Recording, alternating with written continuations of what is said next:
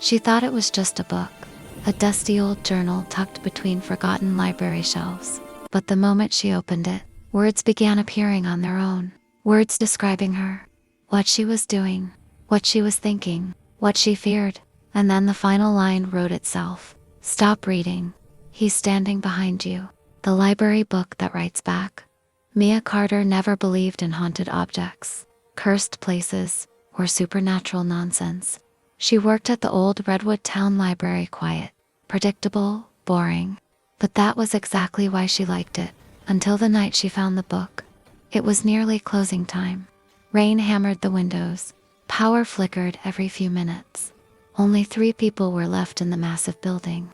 Mia, the security guard, and a silent older man somewhere in the history section.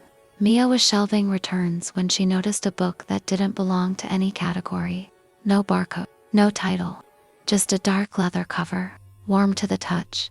She frowned. Maybe a donation someone slipped in accidentally. She opened it. Her heart tripped. The first page had a fresh line of ink, still glistening. Mia Carter pulls a strange book from the shelf. She dropped it instantly. Nope, no, absolutely not. She took a step back, and new words formed across the page, right in front of her eyes. She wants to run, but curiosity wins. Mia's breath caught. This is a prank, she whispered. A stupid prank. But her hands were already reaching for the book again. She flipped to the next page. It wrote another line. She's not alone anymore. Mia froze. She slowly turned. The aisle was empty, but a cold breeze moved past her, even though no windows were open. She closed the book hard, tucked it under her arm, and marched straight to the front desk. Okay, she muttered. We're locking this thing up. But every time she tried to put it down, the book slid back toward her, like it was following her. She shoved it into a desk drawer, slammed it shut, and locked it. A second later, thud. The drawer burst open. The book was sitting there, open, waiting. New words appeared. Stop fighting. You need me. Mia backed away so fast she tripped over a chair. The security guard, Mark, rushed over. You okay? She pointed at the book. Mark laughed. It's just a journal. No, look. But when she held it up, the pages were empty, completely blank. Mia stared at Mark. I swear it was writing. Long shift, Mark said. You need rest. She wasn't convinced. But when she looked back down, the book now had a single sentence written across the page. Mark won't believe you because he can't read this. Ice slid through her veins. Only she could see the messages. Okay, Mia whispered, shaking. What do you want from me? New words appeared. Go to page 47. Against every instinct, she turned the pages. Page 47 had only one line. Don't scream. She frowned. Then another line appeared beneath it. Someone is coming. The overhead lights flickered. The entire library went dark. Somewhere between the shelves, a footstep, slow, heavy, dragging. Mia grabbed the book and a flashlight, heart pounding. Mark, is that you? No reply. But the footsteps grew louder, closer, echoing between aisles. The book wrote again. He's searching for you. Mia felt her throat tighten. Who? The book responded. The man who used to own me. A feeling cold and suffocating wrapped around her. What does he want? To finish what he started, Mia ran toward the exit. But the doors were locked. She banged on the glass. Mark, somebody. Then she remembered his radio. She ran through the aisles, flashlight shaking, until she found Mark. Collapsed on the floor, unconscious. Breathing shallow. Alive, but The drag step sound echoed again. Not far now. Mia crouched behind a bookcase, trembling. The journal wrote, You should hide better. She covered her mouth to hold back a scream. Please, she whispered. Tell me how to stop him.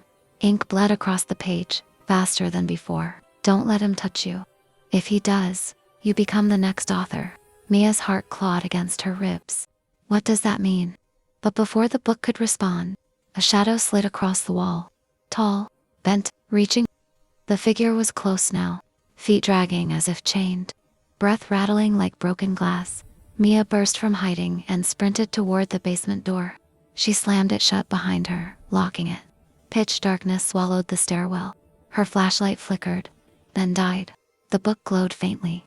More words appeared. This is where he wrote me. Mia's voice shook. What do you mean wrote? You're a journal. The ink bubbled, forming faster, harsher letters. I'm a prison. Every writer traps the next one. Mia felt the blood drain from her face. So if he touches me, you take his place. The basement door began to shake. Slam, slam, slam. He was trying to break in. The book quickly wrote again. There's only one way to stop him. Mia's hands trembled. Tell me. Write his ending. She stared at the page. I can't. I don't know what to write. The door cracked. A pale hand pushed through. Mia screamed and scribbled the first words she could think of. He disappears. Nothing happened. The silhouette stepped inside the basement. She wrote again faster. He loses all power. Still nothing. The figure descended the stairs, dragging chains, his face hidden in the dark. But grinning, Mia cried out. What do I write? The book wrote beneath her shaking hand. Not what happens to him. What happens to you? Her breath froze. The man reached the bottom step. Time slowed. Mia pressed the pen to the page, hands shaking violently. She wrote, I am not his story. I am free. The ground trembled.